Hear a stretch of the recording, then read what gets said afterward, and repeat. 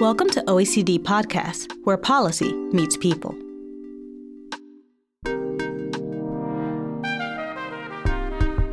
Is the current state of the modern man something to be concerned about?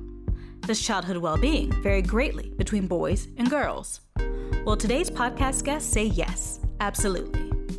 I'm Allison Davis, and I'm speaking with Richard Reeves, author of Men and Boys, Why the Modern Male is Struggling, Why It Matters, and What to Do About It. The book explores the troubling state of today's man and proposes that changes starting as early as childhood could be the answer.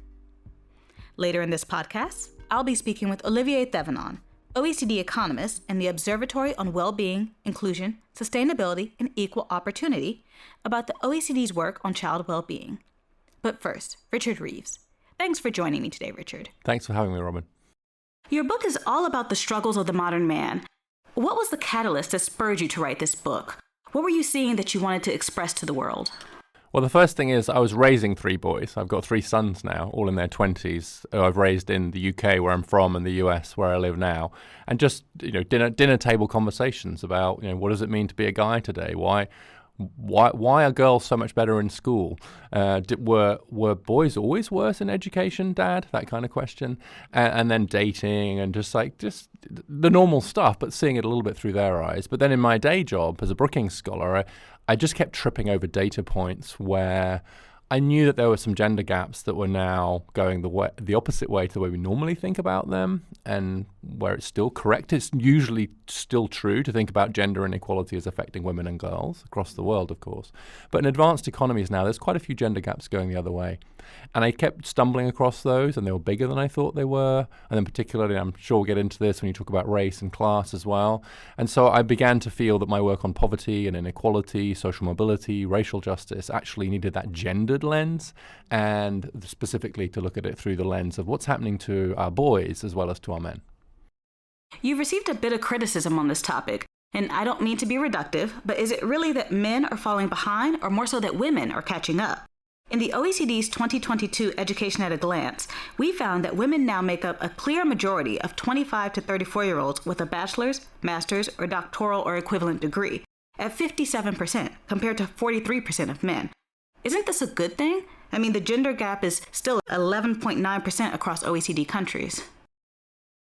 Well, I think you're asking the right question, which is, when is a gap a problem? When and why should we consider a gap to be a problem? And you've just identified one big gap, and that's true across OECD countries now. There are more young women than young men with a college degree. And in fact, in most of those countries, there's a bigger gender gap today than there was 50 years ago. It's just the other way around. That's certainly true in the US, where there's a bigger gender gap than when Title IX was passed, which is a big law to improve education for women and girls in 1972. So the question is, does that matter? Well, if you see such a large gap between different groups, I think it should at least make us look harder and see whether there's something about the system in question which isn't serving that group. So, for example, the gender pay gap. You'd want to look and say, why is it that women are being paid less in the labour market? Is there some unfairness there? Is there some structural problems there? Is there a way? And it turns out it's a lot to do with care, and we know something about that. But at the very least, it should lead us to ask the question: does this mean that system is working better for one group than the other? And my conclusion, looking at the education systems of most of the countries that would make up the number you've just referred to, is that yes, the education system now slightly disfavours boys and men, and that's a weird thing to say, because it was made by men, right? And men have done so well for so long. And it's obviously not a deliberate thing, but for various reasons that we might get into, just the structure and the tone of education is one now that is better for women. It's important to have tertiary education to do well in the labour market. And so if you have one group that seem to be struggling to get it, then I think we should consider that to be a potential problem at least. And it's just hard because we don't think of gender inequality that way, including in places like the OECD. We're just, when you say gender inequality, you typically will only think of that one way. It's hard to update our priors for the data. You mentioned before, and you talk about this in your book as well, what about intersectionality? Are men of color, such as Black, Latino, and Asian men, are they struggling more than their white male counterparts? And what about men from working class backgrounds? Yeah, it's one of the reasons I ended up writing the book, honestly, Robin, because I do a lot of work on those issues, on race and class, and the gender gaps in pretty much everything that we might talk about, including education, are just much bigger for those from lower income backgrounds, those with less economic power, and for those who are of color. They're just much bigger. So as a general proposition in the US in particular, the gap between outcomes for black women and black men are huge. Basically, any inequality you want to talk about, you can, as a rule of thumb, double it when it comes to black Americans. So you see actually very strong improvements in educational outcomes, for example, for black women. It's not that there's a full catch-up. It's certainly not to white women. But on many measures, black women are now ahead of white men. So that the gender and race gap are kind of interestingly intersecting there. And then the same with those from lower income backgrounds. That's really where you see a big gender gap. So it is predominantly those with less economic power or social status of one kind or another. Those are the boys and men who are struggling the most. It's not typically the men at the top of the ladder who are struggling. You're from the UK, living in America, and we've spoken a lot about Americans. Your book focuses on the American man, but we have quite an international listening audience at OECD Podcasts. Are there similar findings for men in other countries? Are they struggling as well, or is this a uniquely American problem? Yeah, so I'd say there are some things that look pretty common across countries, even if they vary a bit by degree. So we've already talked a bit about higher education and just education generally. The patterns there are pretty similar, which is one reason, by the way, I think it can't be something weird about like the US education system or the Finnish education system, right? Because the gender gaps are everywhere. And so that suggests there's something more structural going on. Similarly, around some of the issues that we might get into around mental health, suicide rates, for example, they're 4 times higher among men than among women across OECD countries. And you see that in most OECD countries. So there is that much higher risk of suicide for men and the related mental health issues. That seems pretty consistent. Male wages have risen not very fast in recent decades. In fact, kind of wages at the middle and the bottom generally haven't. That's obviously a lot of work the OECD does. But particularly for men and working class men, it's just a bit worse in the US. I'd say some of the differences are around what we were just talking about, the intersectionality point. So we talked a bit about how black men, and boys and men in particular in the US, are uniquely disadvantaged, not despite being men, but in many ways because they're men. Right, there's a whole story of criminalization of black masculinity in the US and so on too, and that does differ by country. So the way that in particular that race and gender interact does vary. So in the UK, for example, actually black Britons, you don't see such a big gender gap. Actually, black boys in the UK aren't doing too badly. White working class boys are typically at the bottom of most of the educational ladder. So if you look at, for example, at higher education, it's actually white working class kids who are easily the worst off. And that's because there are very different immigration patterns. Being black in Britain is very different to being black in the US. And then in France, for example, you might see very different interactions with being Asian or North African or Muslim. And so you're going to see, it might be ethnicity rather than race in some cases. So the story of how race interacts with this, that does vary. I'd like to shift our focus now from the men to the boys. Child well-being is an important topic at the OECD, and as you mentioned before, you're a father of 3 boys. You've suggested that the problems that men are facing can be lessened by various approaches taken in childhood, such as redshirting boys, meaning starting school a year later than girls. What would this achieve? Well, one of the reasons I think that boys are struggling in school relative to girls, and again, it's that point about the gap, is just because their brains develop later than girls. And so when you look across the OECD, boys are 50% more likely to fail all 3 subjects in math, English, and science. If you look at the latest analysis of the PISA results, you see there's a huge gap on reading and literacy in favor of girls and a small gap in favor of boys in math, but not in every country now either. And so this is an international issue. And when it's international, it's structural. And so what redshirting would do is it would make boys a year older by their age, which developmentally would put them a little bit closer. So you'd start boys in school a year later than girls.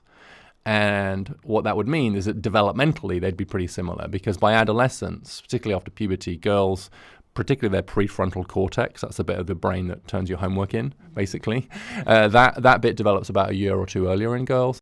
It is just a neurological fact, an uncontroversial neurological fact, that girls hit puberty earlier. That precipitates the development of their prefrontal cortex. And so you just see like they're just a bit more ahead developmentally. And so having boys start a year later would actually level the playing field a little bit. But the struggles of boys isn't just about education. You also go into fatherhood, both the struggles of fathers and young boys without one. How have the social challenges for men changed over the years, and what can the family structure do to keep boys on the right path? Well, the first thing to point out is that having an unstable family situation seems to affect boys more than girls. One of the really striking findings, and again, it's one of the motivations of the book, is to find that poverty, inequality, neighborhood disadvantage, family instability all affect boys more than girls. So again, back to the work, the OECD's work on child well-being. Across the board, boys are more sensitive to poverty than girls are, which affects their adult outcomes. And so that's a big sort of backdrop to this conversation about how do we kind of help boys who are in poverty or who are in some ways subject to family instability. The story here is that the basis for our family life has undergone a massive change in the last few decades. Most mothers work, most couples, if they're together, they're dual earners. In the US, 40% of women now earn more than the average man. That was 13% of women in 79, 40% of breadwinners are female, etc. So essentially this was a huge triumph. This is, I think, that the economic rise of women in advanced economies now, and I'm being careful about not making a worldwide comment here, that the economic rise of women is the greatest economic liberation in human history. And it's taken place in 50 years, just in my lifetime. And that's hugely positive. The challenge that it poses is for traditional family structures, because we had this old model, male breadwinner, female carer, right? Now we've got female breadwinners. We don't have very many more male carers. So we haven't reinvented our model of fatherhood for a world of much greater gender equality. And what that means is that fathers very often get benched. So in the US, for example, there's a huge rise in the number of kids that don't see their father, who aren't in a relationship with their father. And again, there are big differences by race and class, of course, here. And so I think that a huge policy priority is to elevate fatherhood as an institution in and of its own right, independent of marriage. So a lot of social conservatives will be like, that's right, that's why we should have more marriage. Right? And maybe, to be fair, maybe some people on the progressive left would say, do we really need fathers? Do we need men? I mean, we need them for reproduction, but do we actually need? And my view is we do, and the evidence is quite strong that we do. And so between those two polarized political positions, which is, I'm being unfair, but left dads don't matter, the right dads matter only if they're married, are all of the other men who are just trying to figure this out. And right now our laws and policies don't, I think, treat fathers as equal to mothers, and that's a problem. Another example of the challenges beyond education and labor is the deaths of despair, which you spoke about earlier. In your book, you mentioned that men are more likely to pass away from the deaths of despair, things like alcoholism, drug overdose, and alcohol-related illnesses. Can you tell us a bit more about that? The suicide rate is 4 times higher among men than women, but also alcohol-related illness is much higher, and drug overdose is much higher, including the opioid epidemic. Men account for at least 70% of the opioid deaths in the US, and that's a general pattern across countries. And so those so-called deaths of despair are really trying to get at just a general malaise, a sense of retreat from society. I actually came across a piece of work by an Australian researcher called Fiona Shand, where they looked at the words that men use to describe themselves before taking their own lives. The words that those men used to describe themselves before suicide, the top 2 words were useless and worthless. There's something going on with a world where too many of our men have come to feel that the world would be better off without them, that they don't have any worth, that they don't have any use. But given the changes that have happened around them, I think we actually just need to be a bit more sensitive to the challenges that men are facing now. How should I be a man? How should I be a father? Who needs me? Do my kids need me? Does my employer need me? Does my country need me? Who needs me? And being unneeded is to be a sort of non-person. And that's absolutely not in conflict with ongoing moves to help women and girls. We have to find a way of getting through this situation, which is both absolutely passionate about women's rights and girls' rights, but compassionate about the struggles of many men. That's the real test here: is can we simultaneously think, why aren't there more women in the US Congress? Why aren't there more women CEOs? We still don't have enough women in tech, etc. Why is there still a gender pay gap? All good, great questions that we should keep working on. But also, why are men 4 times more likely to kill themselves? Why are they struggling so much at school? What's happening to male labor force participation? We can actually do both those things at once. So let's talk about policy interventions. You discovered in your research that some policies that were enacted actually worked more for women and girls than boys and men. Can you explain a little bit about that? Yeah, I was a bit shocked by that. There was one in particular in the US, which was a free college program in Kalamazoo, Michigan, that massively increased college completion for women, but it didn't increase it at all for men. And then I started looking and I found a bunch of other interventions. And I found some social scientists who actually said, yeah, this is quite a well-known finding. That actually you have an intervention in education. So it could be, I don't know, it's a voucher program, it could be some extracurriculars, it could be a mentoring program was one really strong finding. And it did increase the outcomes improve the outcomes for women and girls. But it seemed to have no effect on boys and men. And I think it's really interesting to try and figure out why. And if you're a policymaker, I think it's incumbent on you to really pay attention to an intervention that only works for half the population and doesn't work for the other half. I just think as a basic practice now, we should always be looking at the disaggregated data. How does it affect different people differently? And in particular, be very open to the fact that, you know what, it might be the boys and men who don't really benefit from this particular one. We need to rethink how we design these policies.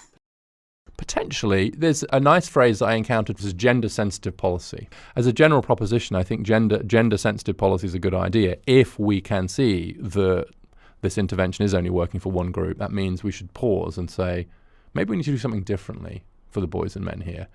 And right now, that isn't really a conversation in policy circles, but I really think it should be. What is the goal? To get equality across all categories, whether it's education, social, economic, what is the goal, and do you think it can actually be achieved? So I don't think we'll get a world where we'll get absolute equality between men and women on absolutely every measure. Underlying all of this is just a commitment that I think we probably all share to human flourishing. And regardless of whether that person's male, female, black, white, rich, poor, whatever, it's just to say, what's getting in the way of this person flourishing? And the answers are going to be different for different groups. But we're asking the right question then, and then we should just go try and answer it. And in a sense, not be gender blind or race blind, the opposite. Just be incredibly sensitive to how these different things are playing out for different groups of people, and then go do something about it. And if I could just do a plug, as it's an OECD podcast, like if there's an organization which is non-partisan, very much based on what are the facts, should be able absolutely to think these two thoughts at once and can have a real impact on policymakers. Well, if that isn't the OECD, I don't know who it is. And I think there's a huge opportunity for the OECD to play a real leadership role in demonstrating that we can do two things at once, and to do much more explicit work on what's happening to boys and men without in any way taking our foot off the gas in terms of what we're doing for women and girls. Well, thank you so much for joining me today, Richard. Thank you. That was a great conversation. As we heard from Richard, childhood well-being can play a major role in the life satisfaction of adults, particularly boys growing into young men. Olivier Thevenon, childhood well-being expert and OECD economist, tells us more about this. Thank you so much for joining me today, Olivier. Thank you, Robin. I'm very glad to be here. So where do we stand on child well-being overall today?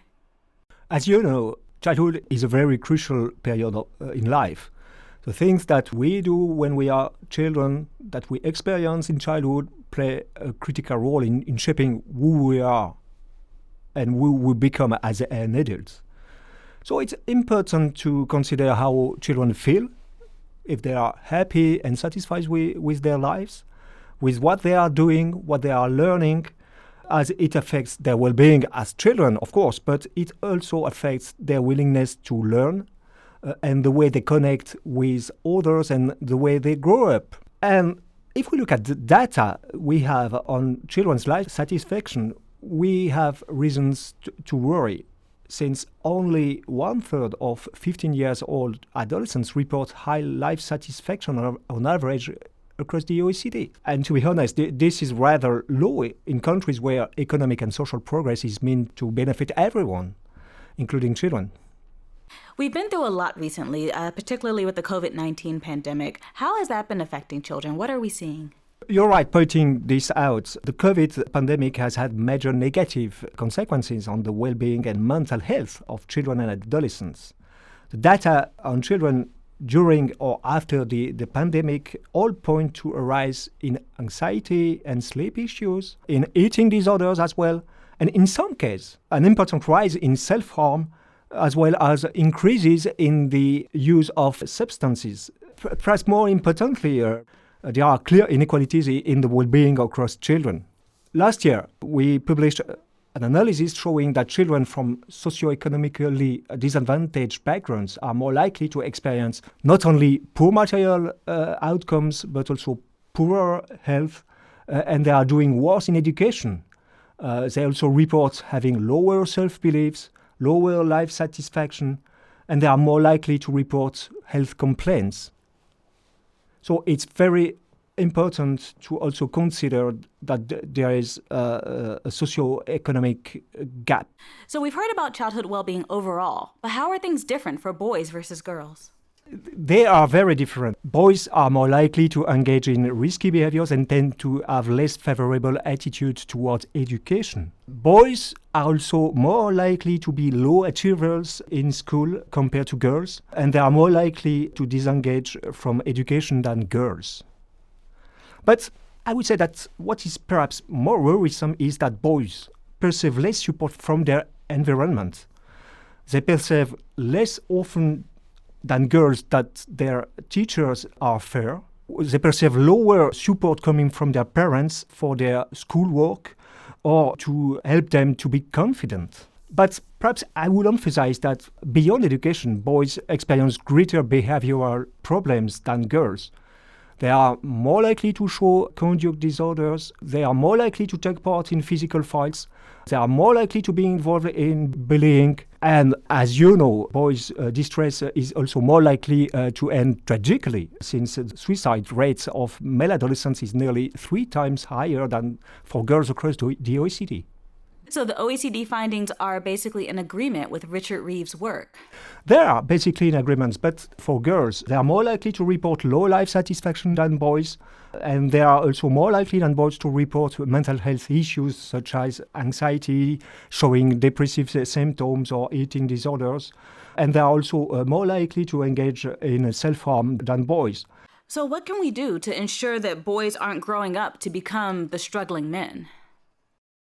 First, as it is rightly underlined by Richard, it should be clearly established that striving for gender equality must look at both sides of the coin and should address particular or specific problems that boys face in parallel to addressing girl-specific issues. But for this to happen, more evidence is needed, including data that captures and combines several characteristics of children, like socioeconomic status, obviously, but also their ethnic origin, whether they have a disability. This is essential because this data would help us to build consensus and to highlight the need to help different population groups in parallel without privileging one gender over the other or one minority over the other.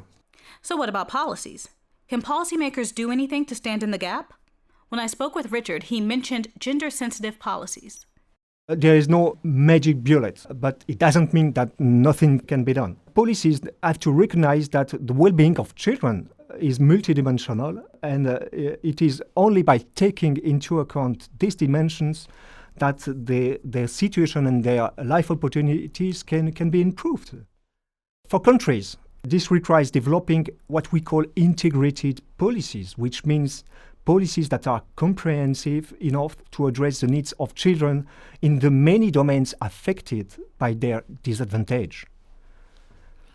What is interesting also is that we are currently finalizing a study on what countries are doing and what approach are taking to foster a policy integration for children. It shows that more than half of OECD countries that responded to our questionnaire have integrated policy plans to enhance child well-being. Most of these plans identify priority groups of children that require special attention, like children with disabilities, children in out-of-home care, children in low-income families, and children with a migrant background.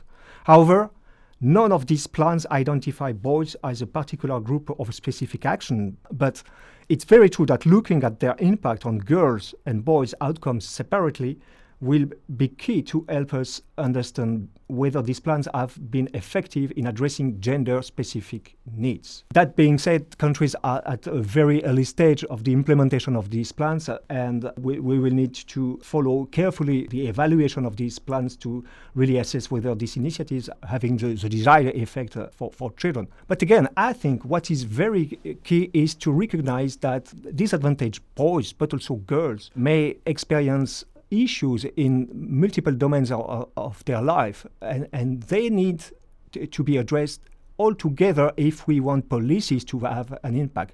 It doesn't mean that we necessarily need to develop gender-specific plans, but we need to be able to address all these issues together with the policies that we need to integrate better. So you think that there is a chance that we can improve the situation of children worldwide? Let's hope that, yes. I firmly hope this. That's our role here in the OECD, to support countries doing their policies better for children. I think we can do a lot to improve the well-being of children. Well, thank you so much for joining me today, Olivier. Thank you very much, Robin. To learn more about the OECD's work on child well-being, go to the OECD's Child Wellbeing Data Portal at oe.cd/CWB-data. If you'd like to hear more about Richard Reeves' work, you can find his book, Of Men and Boys, Why the Modern Male is Struggling, Why It Matters, and What to Do About It, everywhere books are sold. Thank you for listening. To listen to other OECD podcasts, find us on iTunes, Spotify, Google Podcasts, and SoundCloud.com/OECD.